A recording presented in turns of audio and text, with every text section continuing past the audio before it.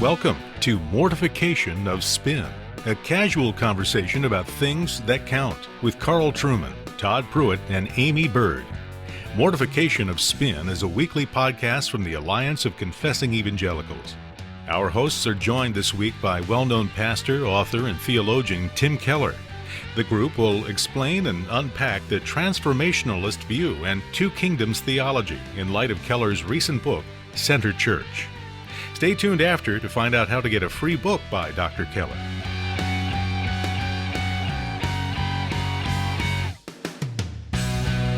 Well, today we're strolling around the streets of Manhattan. I feel very uncomfortable because I'm a country boy, grew up in the west of England, Thomas Hardy country, don't like buildings, not over keen on people, generally speaking. There seems to be a lot of buildings and people and around at the I'm a moment. West Virginia girl, I don't like traffic. But you do like guns, of course. Yes, of course. Not so keen on guns in New York, I believe, or back in the west country of England, I have to say. But we're very privileged today to have joining us on the program a guest that I'm guessing almost everybody listening to the podcast will have heard of. Those who listen to the podcast regularly will know that Todd and I, we really niche market ourselves to what I would describe as middle-aged, bitter, bald guys, particularly emphasis on the bitter and the bald. Today we're breaking with that tradition. We have a bald guy joining us, definitely a middle-aged bald guy, but a bald guy who actually seems relatively happy, right? And indeed really quite pleasant whenever one hears him speak or write. Yes, we're very privileged today to have the pastor of Redeemer Church in Manhattan, the Reverend Dr. Tim Keller, joining us to talk about church and culture, and particularly as connected to a recent book that he's written. It's sitting on the table in front of me, Center Church, a study of gospel-centered ministry in the local church context. So it's a great pleasure to have you with us, Tim. Thanks for joining us. I'm glad to be here, and I'm glad you still think that 63 is middle age. That's a relief to me. Yeah, well, you're getting up there, but we'll grant you that just for the day. Thank you. So, Todd, I know that you wanted to kick off. You've got some questions for Tim. Well, Tim, one of the things that you have been speaking into a lot and with passion and verve and been writing very effectively on is the church's relationship to culture from a what we would call a transformationalist framework or a transformationalist approach. For those that would be unfamiliar, Tim, with that term, would you just give a brief explanation of what you're talking about when you talk about a transformationalist framework for the church and for ministry?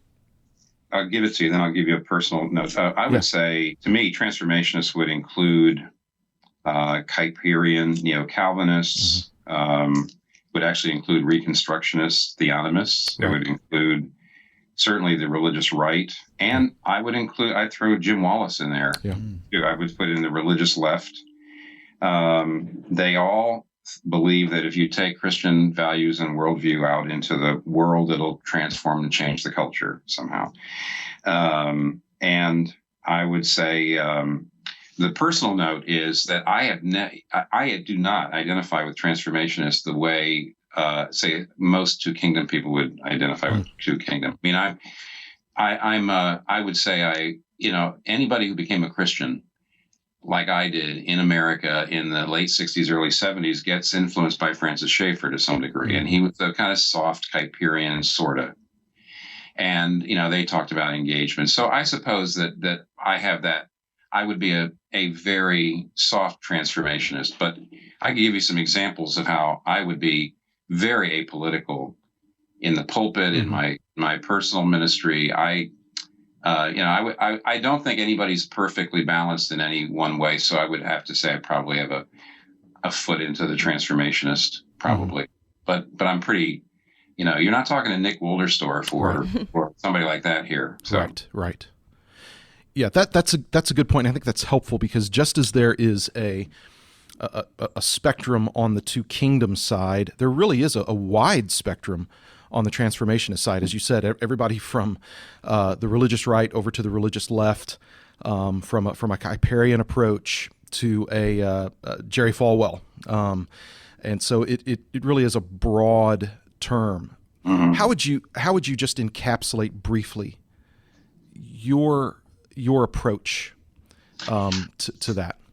Well, here's the thing. I mean, I'm a pastor, so basically what I'm trying to do is I'm trying to pastor and instruct my members in how they operate outside the walls of the church, especially in their vocations. And I think the simple fact is that there are some vocations that seem to be addressed pretty well by the more transformationist stuff, and others that do not seem to be more well addressed by a two kingdoms approach. So, for example, there's just no way, if you're a news journalist, you're a Christian news journalist, what stories you choose, how you write them, even if you're trying tremendously hard to be objective only, there's just a million little ways in which your Christianity is going to affect the way in which you write those stories and even choose those stories. Same thing if you're an elementary school teacher, because your understanding of human nature may be very different than what your training is. Or if you're a playwright, that's where the Kuyperian types are right. Ultimately, there really isn't neutrality at that point. But then, what does it mean to be a Christian airline pilot? I mean, how do I apply my faith to being a Christian airline pilot? I'll tell you. Land the plane and make sure it can be used again. Yeah, that is a great answer. I like that. Yeah. See, so the point is, I suppose you could pass tracks out to the, but that's extraneous. Especially if the plane is not landing well. Yeah. So the point is, I think that the two kingdoms thing simply doesn't help the playwright and the journalist because when you tell a joke, a two kingdoms joke is there such a thing as Christian plumbing? Well, then the Christian journalist says, so there's actually nothing that my Christianity has to do with, my Christianity doesn't affect the way in which I'm doing my work, right? Well, yeah, it does. Yeah. On the other hand, the Kuyperian approach that eventually gets you into, I guess, what you might call the sort of silliness of saying there's a Christian way to, herd sheep and that sort of thing. Right. I've encountered a lot of that as a housewife, Tim. And so, one thing that I thought was really helpful in your book, Centered Church, is you discuss how all models of Christ and culture should use the biblical theology of creation, fall, and redemption and restoration to control our thinking. But then, like you're saying, we can take that out of hand a little bit. So, as a housewife, I wonder about how over practical that can get. There's much about this that's good, but has it gotten out of hand with things like, I give the example that I was invited to a Christian yoga class offered at the community college, and I asked, well, what is Christian yoga? And it's the same poses, except for, instead of calling it downward dog, you're going to call it the tent and read a passage of scripture. And, it's completely cheesy. But then I get, asked serious questions about, should my children be on the regular little league? Shouldn't they be in upward sports, which is a Christian version of sports? Right. So, I believe that there's this burden on housewives to really be able to navigate through these issues of Christ and culture. And so what would you say about that? Those are two great examples, because the Christian yoga, if anybody who thinks they're doing Christian yoga, that's a lack of, you might say, that's where the Kuyper thing would be good. Mm-hmm. Come in and do a little worldview analysis here and say, there's no neutrality here. These are not neutral things you're doing. Right. On the other hand, the idea that there has to be a Christian sports league, which I don't know. What does that mean? Just open and close everything? Well, so they open and close in prayer, and it's about glorifying God and good sportsmanship. But then the parents still get mad, and the coaches still cheat, and all that stuff still happens. So it's actually a worse witness for the church at that point. Well, there's something. Listen, I'll give you an example that I'm not sure what it illustrates, but I think it shows that this isn't real simple. I know a man who is a Christian who owns a car dealership. Mm-hmm. And at one point, he discovered, because he did some studies, that because his car salesmen have a fair amount of leeway, as to what they actually sell the car for, they negotiate, they horse trade. He discovered that men always got better deals than women, and that white people got better deals than black and non-white people.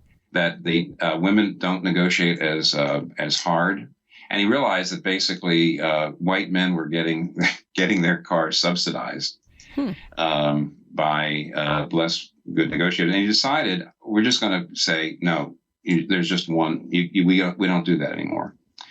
And he started. It definitely hurt his profits. Mm-hmm. And so some people came to him and said, so do you think that this will get us back? In other words, is this still good business in the long run because we'll have good community relations, or we can trumpet this as, we're into social justice? He says, no. He says, maybe, who knows? But it doesn't matter. I'm a Christian and I'm doing it because it's right. Now, what Charles Taylor would say here, I think, is here's a guy who has an open frame. He believes in transcendence, and he says, in the long run, I should do the right thing because that might pay off eternally, but in the short run, it may not. Right. Well, and I would think of that with the softball illustration too. If we're to be salt, and we're in amongst with the unbelievers playing softball, and there's a game for, let's say, 11 a.m. on Sunday morning. Yeah. Well, I hate to say that's not Christian. What I think is going on here, this is where the Kuyperian thing doesn't capture that. When you're honest, even though to your own hurt, even though it may hurt your reputation, it may hurt your career, it may hurt your profit line. Mm-hmm. Charles Taylor says if you have a closed frame, that means if you understand this world in strictly secular terms, then all happiness has to be material happiness. So everything you do, and the bottom line is it's got to pay off for me here and now. Mm-hmm. And I don't think that that's necessarily a Christian worldview, what that guy did. It was just basically that he's not a secularist. And so I do think that even though, is there a Christian way to run a car dealership? No. But because he has an open frame instead of a closed frame, his you might say his worldview to some degree does affect the way in which he's doing things, because his bottom line isn't necessarily material happiness. And that's the reason why I find, as a pastor, not as a theorist, because I'm not really, that I have had to borrow from the various approaches to Christ and culture that Niebuhr lays out, that sort of thing. I've had to borrow a bit. And my friend Don Carson has a book called Christ Culture Revisited, where he basically says, outside of the second Niebuhrian model, the Christ of culture, he says all of the other approaches that Niebuhr brings out have a certain amount of biblical, there's some biblical background to it that it makes sense. So I've been actually, though, I know I'm tarred, you might say, as a transformationalist.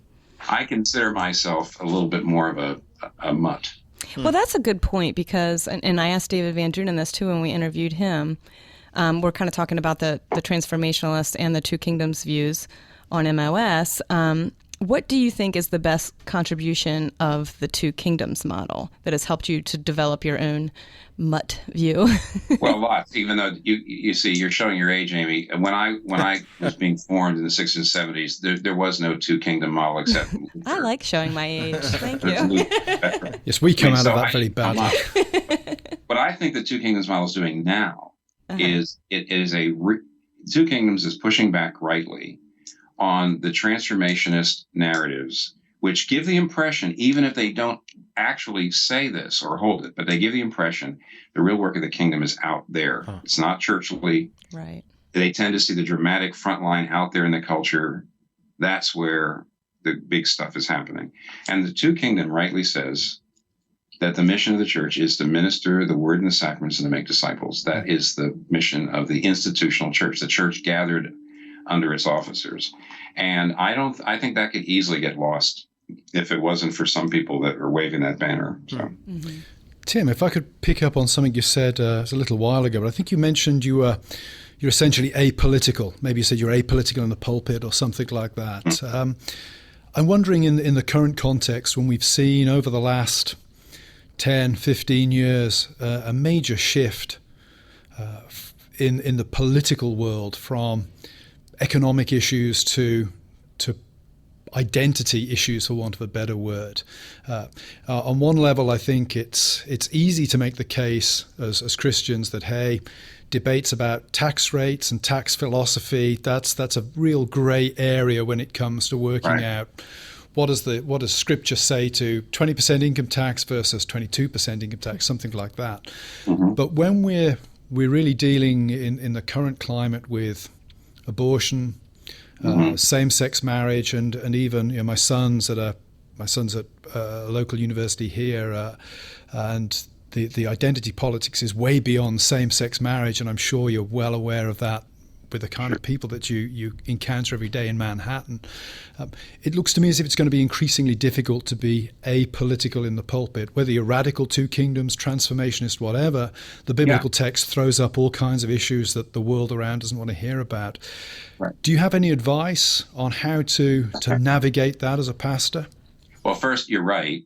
See, if the culture says that it's hateful and you're a bad citizen if you believe in the Trinity, what if you found a culture that said if you believe in the Trinity, you're a bad citizen? Then that's suddenly taking part of what we would call our core beliefs and making it political. So once they make it political, then of course I have to preach on the Trinity. So now I'm being political. So I would say in the past, when you had more of a Christendom kind of situation, where you had more of a shared consensus of roughly biblical ideas of the image of God and sex and gender and all that, then yes, to be apolitical meant that you don't say that high tax rates is the Christian way or low tax rates. You just don't do that. And Carl, as you know, the Christian left and the Christian right, they tend to do that. Yeah. They actually say small government or high tax rate. That's just. And that's where I've never gone over the years. But of course, when they start coming in, and you might say when the culture comes in and says these things that Christians always believe makes you a bad citizen, then that automatically makes it political, and we're going to have to go there. And I didn't really answer your question, your second part of your question. I was just affirming the first part. Sure. That you're absolutely right. That even if you are a two kingdoms person that says, I'm not going to talk about politics. Well, if they define things that we have always taught as politics, then whoops, now I'm political. There we go. Mm-hmm. But how do you do that? Well, in the book, listen, this would be probably worth another entire subject because we're talking about culture. Mm-hmm. I do believe in that there is such a thing as contextualization. I think I think Paul's doing it in the book of Acts. If you read even very conservative commentators like David Peterson on Acts, he sees it. Sure. And basically what you do is you find something in the culture, for example, that you at least say, look, do you believe that? And the people around you say yes. And say, okay, well then why not believe this? Mm-hmm. And then you bring in, say, the more unpopular biblical teaching. So, for example, C.S. Lewis does it when he says, you want a loving God? Okay, think about this. There's a great place where he says, a loving God would be a God who loves the way an artist loves his work or loves the way a father loves his child. If you're loving, you're going to be angry at anything that threatens it. So he starts by saying, instead of just saying, look, you don't believe in a holy judging God. Well, I do, and you're right, you're wrong, and I'm right. I mean, that's just bang. But what he does is he, like all good persuasive people, he says, oh, you believe that? Okay, well, if you believe that, you want a loving God? Sure. But think about the implications of that. A loving God would have to get angry. He'd have to be willing to judge that which harms his creation and that sort of thing. That which dishonors his own glory and all that. So I do think there's a way. Yeah, that reminds me of the Francis Schaeffer taking the roof off method a little bit. Yeah. Kind of pushing people like with what they say and taking that to its full conclusion there. Well, if you believe in a loving God, then. Right. So in something like homosexuality, the problem, of course, is that people are so furious right now that there's virtually nothing you can say but that will not simply bring abuse and fury at you. But there certainly are still better ways of talking about it and less, just less inflammatory ways and slightly more disarming ways. But almost everything is right now pretty much impossible to say without getting your head handed to you. Mm-hmm, mm-hmm. Tim, I think you make a really valuable point about the fact that sometimes what a particular society, what a particular culture is doing, gives us no choice as a church to address, quote unquote, a political issue. It was not originally a political issue, but for certain reasons, certain things can become a political issue in the culture around us. Being in Manhattan, of course, I'm sure you're well aware of figures that have come out in the last couple of years about some 80% of African American babies that are conceived are aborted, which is just a breathtaking statistic. And abortion being such a volatile issue in so many ways, considered by so many to be a political issue. Mm-hmm. How do you, at a church in Manhattan, address that reality and help people see that this is to address this is not a compromise on not being partisan from the pulpit, but just simply being biblical? How do you do that? How do you help your people navigate that? Well, when I have preached on abortion, there has been sometimes some pushback and unhappiness and that sort of thing. But first of all, I would say that it's not at the same that abortion is not an issue like homosexuality right now, because actually younger people, the millennials, etc., younger people are more wary about abortion. They're not as favorable to it. That's true. And as my generation was, and they see part of it is frankly it's the wonderful providence and common grace of ultrasound. Right. That's a kind of a natural law argument for most people now. That really means that if I talk about abortion being wrong, I do not get my head handed to me. Right. And so I'm not. Yeah, it's not there. Frankly, it's not at all what same-sex marriage and homosexuality. Right. Yeah, so that might be actually because I think you make a very valid point, and all the studies have pointed out that the millennial generation is more pro-life than their parents were. Right.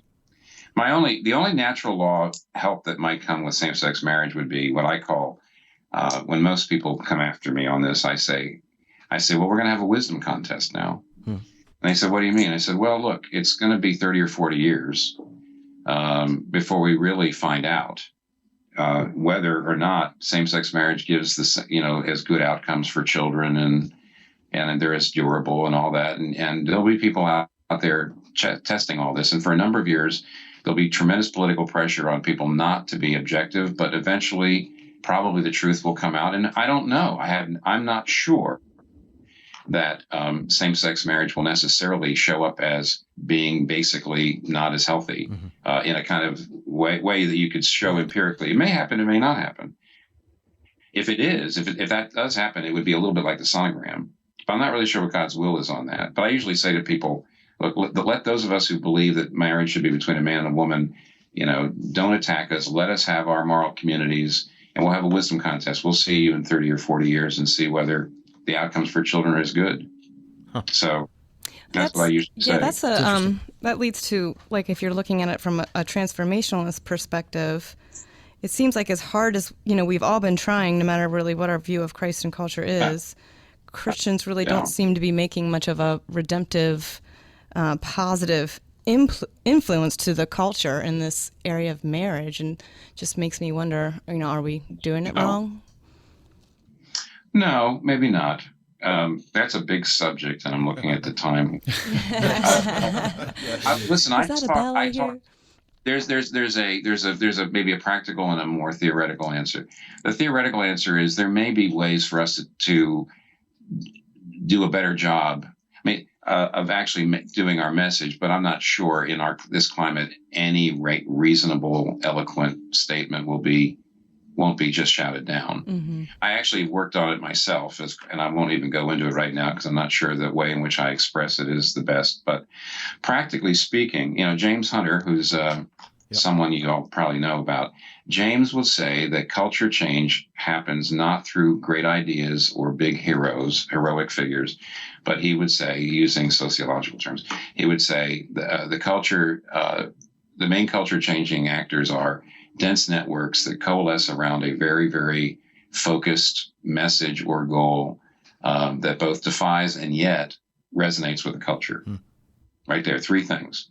Dense networks, really, really close overlapping networks of friends and people who are working very hard. They coalesce around one thing that's really a major purpose, like the abolition of the slave trade or something like that, or same-sex marriage. And they have a message that resonates because it's a civil rights language and yet defies the status quo. And at this point, the people who have been working for same-sex marriage and gay rights have far more dense networks. Yeah. They have a big, hairy, obvious goal, and they have a message that unfortunately resonates with the expressive individualism of our culture. And as a result, they're cleaning our clock, as it were. Even though the number of people who probably have a traditional view of marriage are far greater, Right. We just aren't coalesced into those dense networks. And I don't know whether we can. I mean, I don't believe that culture change is something that you can really manage in a command and control way from some control center. I mean, God has to sort of do it. There are times in which Christians have come together and made some changes to culture. But right now, I don't know what we can do other than to try. I do think mainly to maintain ourselves as a wisdom contrast community.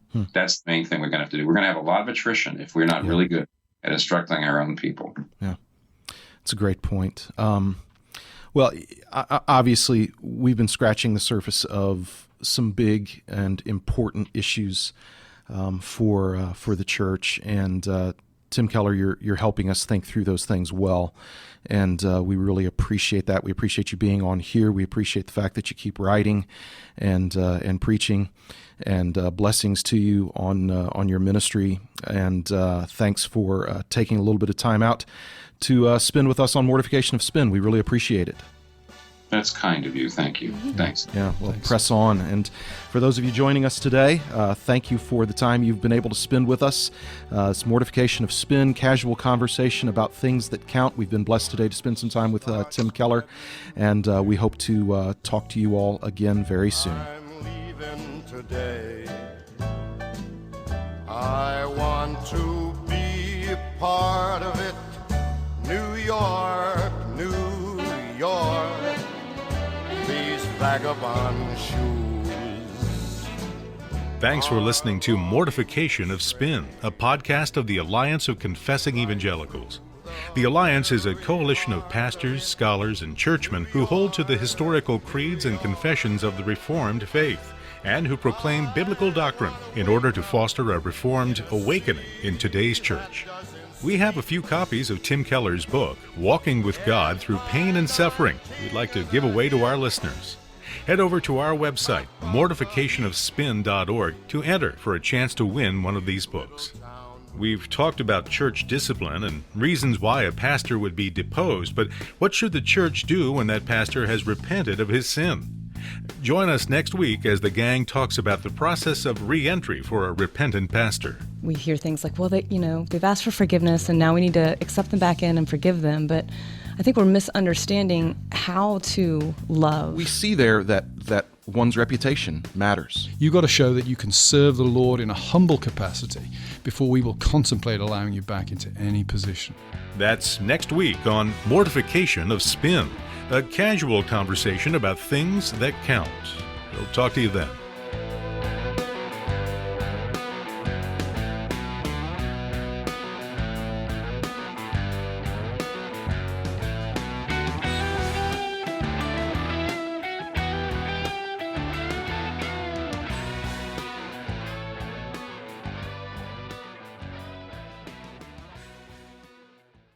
Yeah, exactly. Well, I'm in the midst of launching a gospel-centered fitness conference.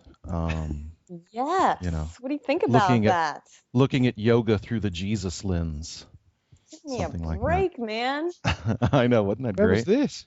Fit Pray conference. Yeah. I've got to write something about this. I'm not sure what, but I've got to write something about this. This is I awesome. think you ought to. Maybe think I you should ought have a to. nunchuck conference. Maybe I've been going about this all wrong. Yeah. Yeah. What is the the biblical body fat percentage? I don't know. I'm Well- thinking 19. Gospel-centered body fat. Yeah. I want to put some numbers on this. Isn't What it exactly nuts? is gospel-centered body fat? What's the figures on this? I'm telling you, it's Yeah. 19%.